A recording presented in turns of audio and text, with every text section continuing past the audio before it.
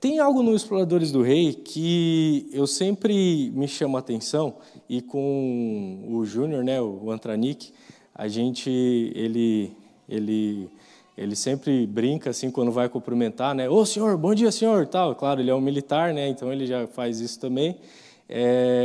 Mas tem uma coisa que sempre ele fala assim, eu falo para ele, aí, preparado? Porque os Exploradores do Rei tem isso, não tem? Preparado, e aí responde, como? Preparado? Quando pergunta, e às vezes fala, tem um sempre preparado, né? Uma coisa, sempre preparado, né? Mas sempre tem essa de dizer que está preparado, estou preparado. E aí, preparado?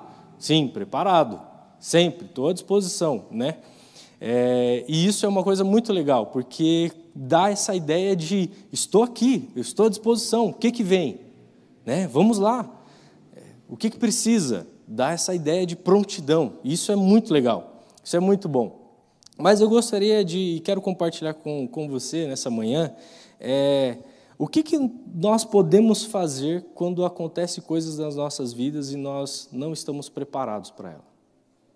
Às vezes algumas coisas acontecem na minha e na sua vida e por mais que a gente lute e busque informações, nem sempre nós conseguimos estar preparados. É ou não é? Afinal de contas, tem coisas que nós podemos nos preparar e tem coisas que nos pegam de surpresa. E nem sempre nós estamos preparados, né? Mas essa disposição é muito boa. Mas eu quero compartilhar com você nessa manhã isso. O que nós fazemos quando, em vez de nós respondermos preparado, a gente responde desesperado? E aí, preparado? Aí você fala, não, eu estou desesperado, não sei o que fazer. Algumas situações é assim, né? E nem sempre nós damos o braço a torcer. Principalmente homens, quando estão com uma doença ou como está mal, e falam, e aí, está tudo bem? Tá. Precisa ir no médico? Não, de forma alguma. Estou preparado para o que vier. Está morrendo, a perna está caindo e tal, mas está preparado. Mas, na verdade, o que ele está dizendo é estou desesperado.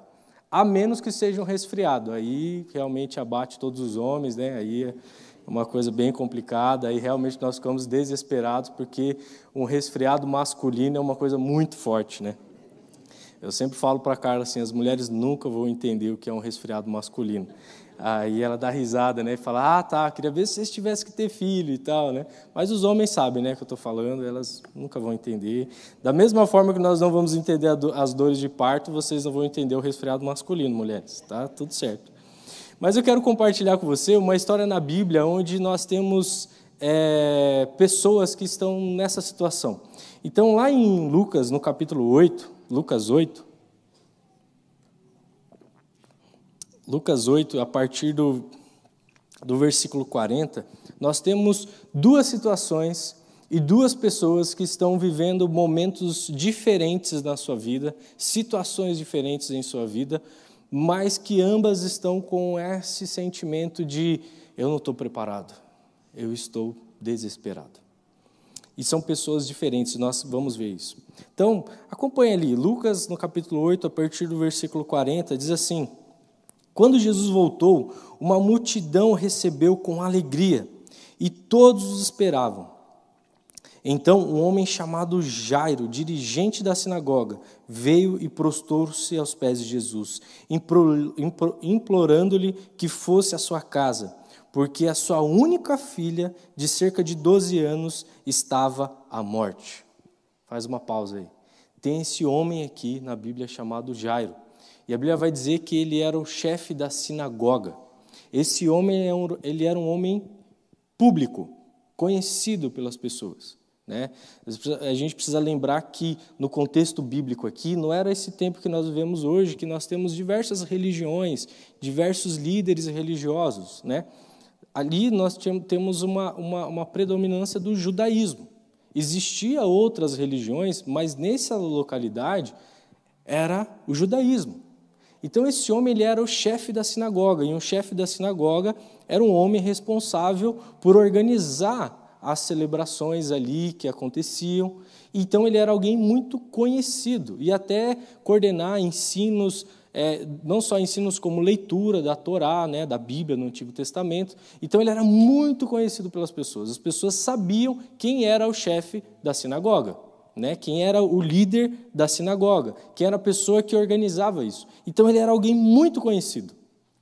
E um detalhe muito importante é que quando nós vamos lendo a história da Bíblia e nós vemos que Jesus ele foi morto, certo? E o tempo todo, quando vai acontecendo algumas situações, a Bíblia vai dizer que os líderes religiosos buscavam uma forma de incriminar Jesus. E questionando Jesus, os líderes religiosos, o tempo todo vai dizer que esse grupo de pessoas no qual Jairo faz parte não é um grupo de pessoas que naturalmente estão aí simpatizando com Jesus. Eles são pessoas que, na verdade, estão procurando razões para levar Jesus preso e para prendê-lo. Então, você imagina aqui que nós temos um homem muito conhecido na sua região, um homem que, naturalmente, a sua posição e aquilo que ele fazia não era muito bem aceito. Imagina que é como se fosse assim, tá, eu sei quem você é e nós temos um conflito aqui de interesse, entendeu? É como um agricultor e um cara que gosta de cuidar da ecologia, sabe? Vocês podem parecer amigo, mas tem hora que fica um cuidando assim, peraí, o que você está falando aí? Peraí. Sabe aquela tensão? Jesus e esse Jairo e esses líderes da sinagoga era assim, tipo, opa, existe uma tensão aqui. O que você vai falar? Você vai falar contra mim, eu vou falar contra você. Opa, tem essa tensão. E aqui tem um grupo de pessoas. Então, nós estamos falando de um encontro de pessoas com opiniões diversas, público, cercado de pessoas. Eu tenho amigos que pensam diferente de mim a respeito da política, de várias outras coisas, e eu geralmente converso com essas pessoas em foro íntimo, né? Porque ali a gente vai divergir de opinião de uma forma tranquila. Publicamente vira um debate, não é? Então imagina a situação desse encontro. Jesus está encontrando com um homem público conhecido, com um grupo de pessoas que estavam contra os ensinamentos de Jesus em um ambiente público, porque o texto vai dizer que a multidão estava cercando, a multidão estava esperando Jesus chegar. E as pessoas estão em volta de Jesus. E esse homem chega, conhecido por todos, como um líder ali daquele grupo, e ele chega e implora para que Jesus vá à sua casa. Ele implora. Ele não só implora, como a Bíblia vai dizer que ele se prostra de joelhos. Ele se coloca numa condição bem complicada para o seu contexto e para as pessoas que o conheciam. Ele se prostra e fala, implorando para Jesus, venha para minha casa. E por que esse homem está fazendo isso? Por que esse homem se colocou numa situação de tensão dentro desse encontro? Porque a sua filha, de 12 anos, estava à beira da morte. E aqui, a gente também precisa saber que a moça, perto dessa idade, é quando ela começa a menstruar, e ali, a partir dali, ela já era considerada como uma mulher formada, e ela já poderia ser dada de casamento para uma outra pessoa. E, às vezes, ela já estava prometida de casamento até antes de começar, de fato, a ser considerada como uma mulher, no contexto antigo aqui. Então, ela era a filha de Jairo, a sua filha, com todo o amor e carinho, e ela estava prestes aqui a começar a vida, começar a sua história, a formar a sua família. Só que ela está à beira da morte. E esse homem, Jairo, vai até Jesus. E ele fala, mestre, eu preciso que você vá até minha casa. O texto continua, e ele estava, Jesus, e aí no 42 diz assim, porque ela era a sua única filha, de cerca de 12 anos. Estando Jesus a caminho da multidão, e a multidão começou a comprimir Jesus. Estava ali, e aí a coisa muda agora. No meio dessa conversa, esse homem desesperado, essa situação, Jesus sendo esmagado pela multidão, e aí, de repente, estava ali uma mulher que havia cerca de 12 anos sofrendo com hemorragia, e ela gastou tudo o que ela tinha com os médicos, mas ninguém pôde curá-la. De repente, no meio disso, a situação já é tensa, já é complicada, um homem pedindo, Senhor Jesus, por favor, venha na minha casa porque minha filha está morrendo. E Jesus indo e a multidão cercando, de repente, aparece uma mulher mais desesperada ainda, que por 12 anos já estava sofrendo de hemorragia. E o texto vai dizer que ela gasta tudo que ela tinha como médico para tentar uma solução para a sua saúde. E sabe qual é o agravante? A situação já é complicada, né? Uma mulher ficar por 12 anos tendo hemorragia. No contexto bíblico aqui, a mulher, quando estava no seu período menstrual, ela não podia ser tocada nem pelo seu marido, porque ela era considerada impura naquele momento. E se o marido tocasse a mulher durante aquele período, ele tinha que passar por um processo de purificação. Então, imagina uma mulher que por 12 anos se torna intocável pela sociedade. Você imagina o desespero dessa mulher em tentar achar uma solução para a sua vida. De forma que ela se tornou pobre, ela gastou tudo que ela tinha para conseguir uma solução. Então, não só o problema físico, como o problema emocional que traz com tudo isso, mas todo o problema e rejeição social com tudo isso. Ela se torna alguém agora à margem da sociedade. Os impuros, no contexto bíblico aqui, pela falta de informação, enfim, eles tinham que ficar para fora da cidade, eles não podiam estar junto com as pessoas, no mercado onde as pessoas circulavam. Eles tinham que estar para fora, porque eles eram impuros e ninguém podia tocar. Aí eu queria te perguntar, já imaginou você, ninguém podendo tocar em você, você chegar perto de uma multidão? Pensa, ninguém pode encostar em você. Então, se você chegar perto de alguém, a pessoa já fala, ô, sai daqui, para lá, você está impuro. Como você chega numa multidão? Olha o desafio que essa mulher tem. Ter que chegar, o propósito dela era o quê? Encontrar esse Jesus que estava vindo. Só que tem uma multidão em volta dele, e a multidão não quer essa mulher perto. Já imaginou... Agora, no Mundial de Clubes aí da FIFA, a gente teve várias situações aí de um torcedor de outro clube chegar no dia do jogo de um clube. Tinha um corintiano no dia do jogo do Palmeiras lá, o cara com a camiseta do Corinthians. Claro que deu ruim.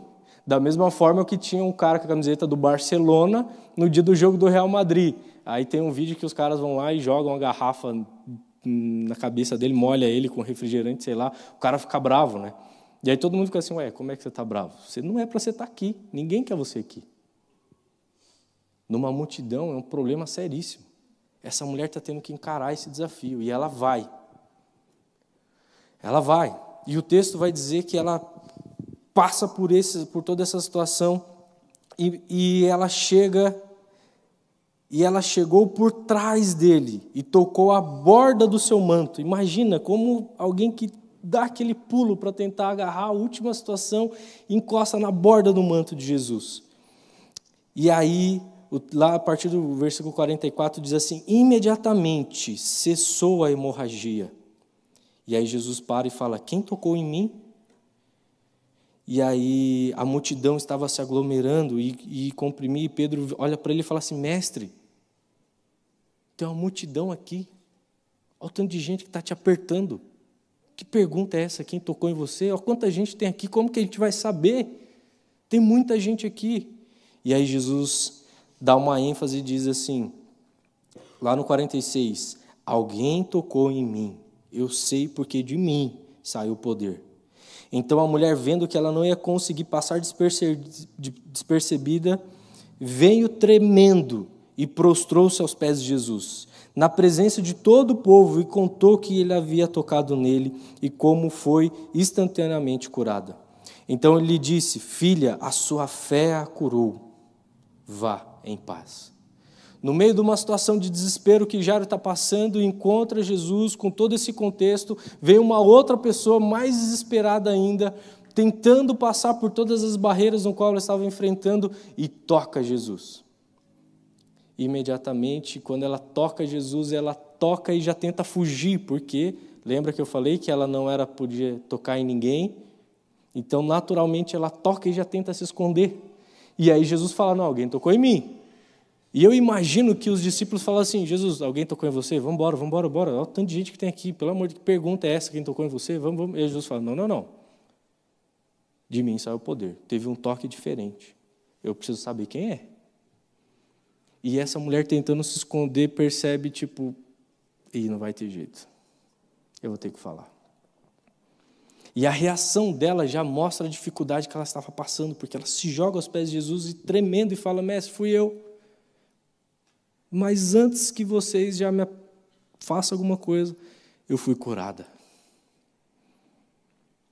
E o diferente de todos os olhares que essa mulher talvez passou e enfrentou ao longo desses 12 anos, por todas as pessoas que talvez de alguma forma ela tocou e a agrediu e a insultou, o texto vai dizer que Jesus olha para ela, lá no 48, se você quiser acompanhar, e fala assim, primeiro Jesus fala, filha. Jesus mostra que ela tem família. O interessante é que Lucas coloca, não dá o nome dessa mulher. Jairo tem um nome, essa mulher é a mulher com fluxo de sangue, ou a mulher hemorrágica. As pessoas nem sabiam qual era o nome dessa mulher, nem sabia de onde ela vinha. E provavelmente o nome dela não está aqui por causa disso, porque as pessoas nem sabiam quem era essa mulher. Mas Jesus olha para ela e fala, não, você não é ninguém, você é minha filha. Você pertence a algum lugar, você tem morada, você tem família. E quem te gerou fui eu, porque eu sou seu pai. E chama ela de filha. E uma mulher que era rejeitada por todos, agora tem alguém que a cura, cuidando dela, olhando nos seus olhos e falando, filha. E ele diz algo muito importante aqui, ele fala, filha, a sua fé te curou, vá em paz. 12 anos de aflição, 12 anos de esgotar recursos para tentar achar uma cura, uma solução para o seu desespero. Agora ela encontra Jesus que fala, vá em paz. Quando nós estamos em desespero, o que nós mais queremos é paz. Não é? Quando você está desesperado com alguma situação, em algum momento de tensão, em algum momento que você não consegue, você está desesperado, o que você mais quer é encontrar paz. O que essa mulher, nesse talvez último gesto de desespero, entrando numa multidão, talvez escondida, talvez cobrindo o rosto, para tentar simplesmente tocar em Jesus, no fundo o que ela quer, eu quero poder viver a minha vida em paz. Eu quero poder construir a minha família, eu quero poder viver como todos vivem, eu não quero ficar à margem da sociedade. Eu quero ser tocada, porque ela não podia ser tocada por ninguém. E agora ela encontra alguém que fala, você é filha, a sua fé te curou, vá em paz. E ela levanta e vai. Jesus dá um sentido para a vida dela. Agora você pode construir a sua vida, porque agora você encontrou o autor e consumador da paz. A paz não é uma situação, a paz não é um momento. A paz, existe um lugar de paz, e esse lugar de paz é em Cristo Jesus. Você não vai encontrar numa viagem, você não vai encontrar consumindo e adquirindo muitos bens. Essa paz tem um lugar, e esse lugar se chama Cristo Jesus. Não vai encontrar no aeroporto. Você não vai encontrar no maior patrimônio que você vai tiver. Você só vai encontrar em Cristo Jesus. E essa mulher encontra e Jesus fala, filha, pode ir. Agora você achou a paz. Agora você está preparada, você não está mais desesperada. Pode ir. E aí isso já está acontecendo, parece que terminou a situação. Não, em seguida já vem uma má notícia. Os homens aparecem ali e falam assim, Jairo, a sua filha morreu. Olha, dispensa Jesus. O texto continua. Logo em seguida, no 49, quando Jesus ainda estava falando, chegou alguém da casa de Jairo, o dirigente da sinagoga, e disse, sua filha morreu, não incomode mais o mestre. Ou seja, olha, sua filha morreu, para com esse negócio, deixa Jesus, tem um monte de gente aí querendo encontrar Jesus, tem um monte de pessoas desesperadas, para com isso, deixa, acabou, não tem mais o que fazer. Eis que vem a fala humana, não há o que ser feito. E no meio de desespero, quando nós ouvimos os homens e nós só damos ouvidos para as circunstâncias terrenas, o que você vai ouvir é, acabou.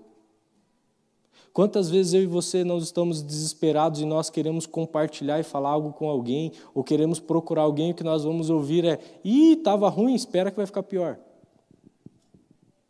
Está ruim mesmo. Por que você foi fazer isso? Você também é tongo, né? Que cabeça é essa aí? E você está desesperado. E o que o mundo vai dizer, está desesperado, não tem mais jeito. Você acha que está ruim? Agora eu tenho uma outra notícia para você. Não tem mais o que ser feito. Acabou. Se você tentou passar por toda essa situação de se dobrar aos pés desse Jesus que nós queremos levar para a cadeia, se você se humilhou na frente de todas as pessoas que estavam em volta de Jesus, achando que você ia ter uma solução, agora eu vou dizer algo para o seu desespero: acabou. Sua filha morreu. E eis que chega essa notícia para Jairo. Só que Jairo não está sozinho. Jairo está com Jesus. Ele não procurou qualquer pessoa no seu desespero, ele procurou Jesus.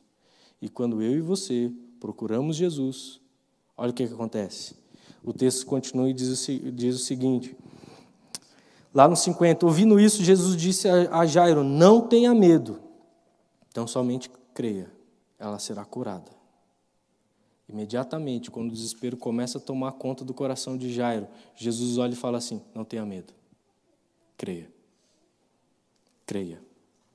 E aí o texto continua, e aí, ouvindo, no 51, quando chegou à casa de Jairo, Jesus não deixou ninguém entrar nela, exceto Pedro, João, Tiago e o pai e a mãe da criança.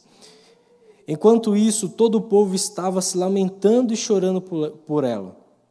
Não chorem, diz Jesus, ela não está morta, mas dorme. Então imagina, todos estão ali, situação de luto, faleceu, ela está ali, acabou, essa é a notícia, e Jesus fala: não chorem, ela não está morta, ela dorme. Todos começaram a rir, pois sabiam que ela estava morta, mas ele tomou pela mão e disse: menina, ou algumas versões vai dizer, outras versões não, em outros evangelhos vai dizer talita, que é a mesma expressão, menina, levante-se, o seu espírito, levante-se. O espírito dela voltou e ela se levantou imediatamente. Então Jesus lhe ordenou que lhes desse de comer. E os pais delas ficaram maravilhados, mas lhes ordenou que não contasse para ninguém. Irmãos, no momento de desespero, quando eu e você nós não sabemos o que fazer, e eu quero aqui deixar algo bem prático para você levar para a sua vida. Você que talvez está num momento, em alguma área da sua vida, que você entende que você não está preparado. Você está desesperado. Quero dizer para você, saiba que no momento do desespero, você precisa correr para o autor e consumador da sua fé e da paz. Ainda que tudo diga que não vai acontecer, ainda que homens e pessoas possam dizer que acabou, a notícia é a pior, lembre de quem você está, com quem você está caminhando. E nós estamos caminhando com Jesus. E quem caminha com Jesus não volta para casa sem resposta. Não volta para casa sem resposta. Jairo se prostra diante de Jesus e fala: não tenho o que fazer. E aí agora no meio da notícia aparece uma mulher mais desesperada e Jesus cura essa mulher. E aí agora chega a notícia e fala: não tem mais tempo. Mas Jesus continua e fala com Jairo: calma, creia. E Jesus vai para casa e cura essa menina. Ele cura. E eu não sei quem já passou por cirurgia, né? Mas geralmente quando você volta, né, da cirurgia, uma das coisas para o médico te dar alta, a pessoa precisa comer, não é isso, Wagner? Precisa comer, não é? Antes de dar alta, precisa comer. E uma das coisas que Jesus fala é: dá comida para ela. Vocês estão com dúvida se ela está curada ou se ela está só suspirando? Ela vai comer. O corpo dela está novo, bom. E no momento de desespero, Jesus acalma todos e dá a sua cura para cada um. Cada um teve uma situação de incredulidade diferente aqui. E se você olhar o texto antes, tem um centurião que fala para Jesus, cura meu servo. E aí Jesus fala para ele, não, você não precisa nem ir. Se você falar, eu sei que vai estar curado. E esse homem crê dessa forma e ela é curada. Esse servo do centurião é curado. Jesus não precisou nem ir lá. Jairo vem aqui e fala para Jesus, vamos lá. Essa mulher chega para Jesus e ela vai até Jesus e coloca a mão. O que eu quero dizer para você, irmãos, é que no momento de desespero, talvez você vai encontrar um monte de beabás, de que só vai dar certo para você sair do desespero se você fizer o passo A, o passo B, o passo C, se você seguir assim, Deus só cura você, se você der 3 pulinhos e tal, isso não tem nada a ver com o cristianismo. Porque a fé cristã mostra que Jesus é soberano sobre tudo e todos, e ao som da sua voz, tudo ele trouxe à existência. E ao som da sua voz, ele acalma a tempestade, como nós falamos domingo passado, como ao som da sua voz, ele criou o oceano. Então você acha que para Deus te curar, ou para Deus ajudar você numa situação de desespero, você precisa seguir todos os passos, 1, B, 2, C? Então somente creia, é o que Jesus fala para Jairo. Creia. Creia. Para você que talvez não está preparado, mas está desesperado, creia. No momento de desespero, lembra para quem você vai correr. Corra para Cristo, corra para Jesus. Jesus está com você. E ainda que a notícia dos homens venham, acabou, não tem mais o que fazer, você possa lembrar, Jesus tem o que fazer, porque é Ele que criou tudo. E mesmo que a situação não mude naquele momento, naquelas circunstâncias como você gostaria, esteja com Jesus. Porque é Ele quem vai guardar você e cuidar de você e renovar suas esperanças. Eu quero terminar essa reflexão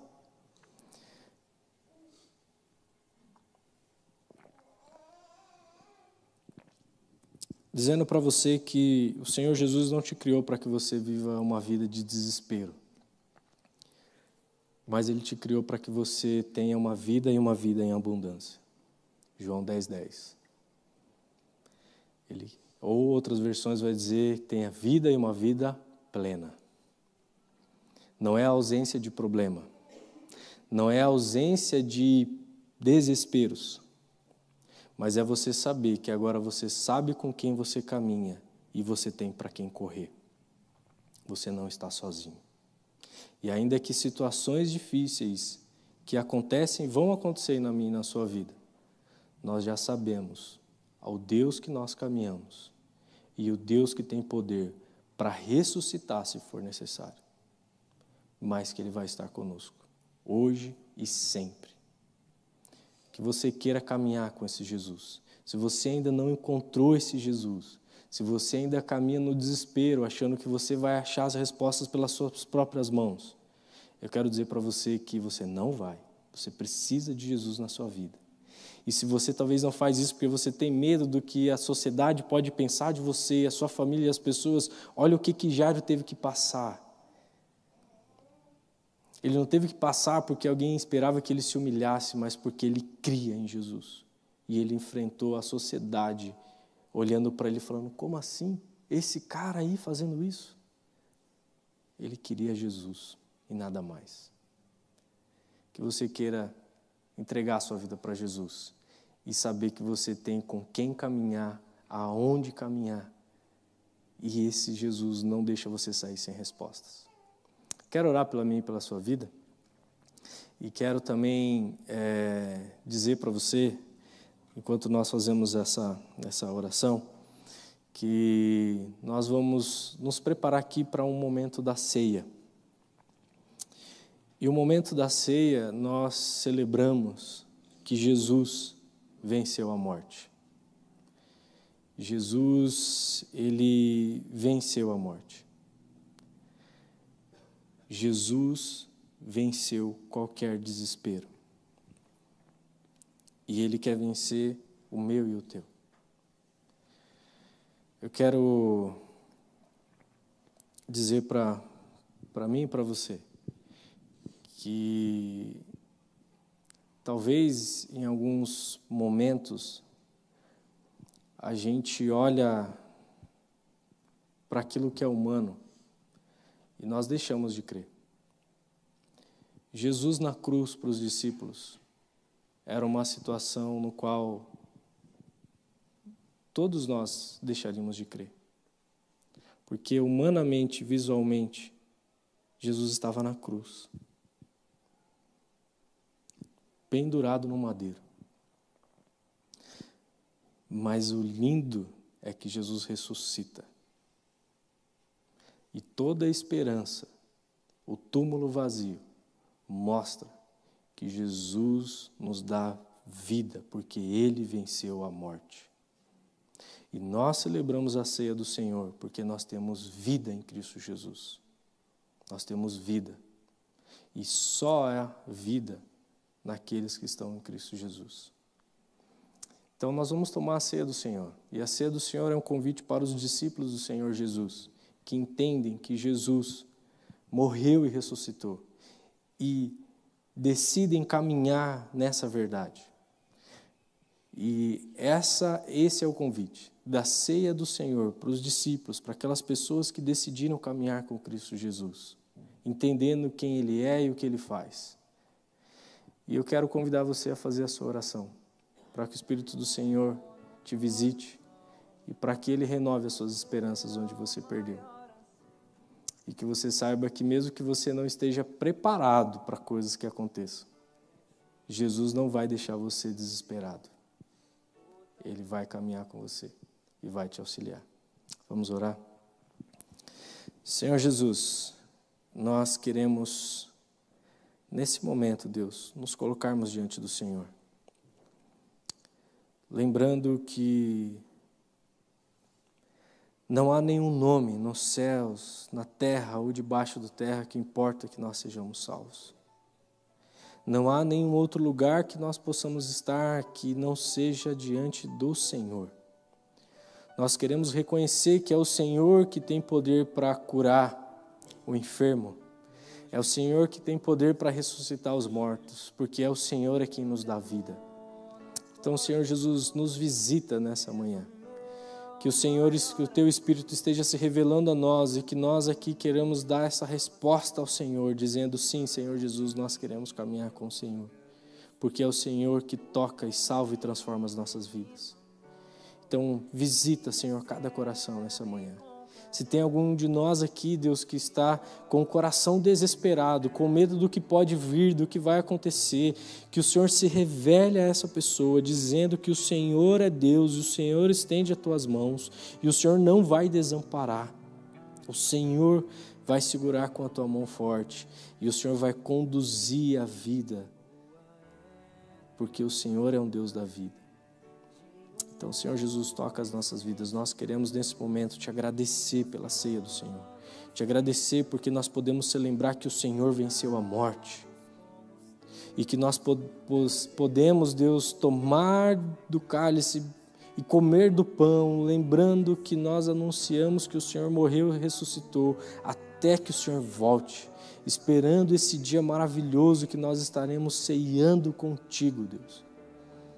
Então, abençoe esse momento, que o Senhor esteja conosco, abençoando o pão que nós vamos comer, abençoando o cálice que nós vamos tomar. Nós pedimos assim a tua bênção e a tua direção nesse momento, no nome de Jesus.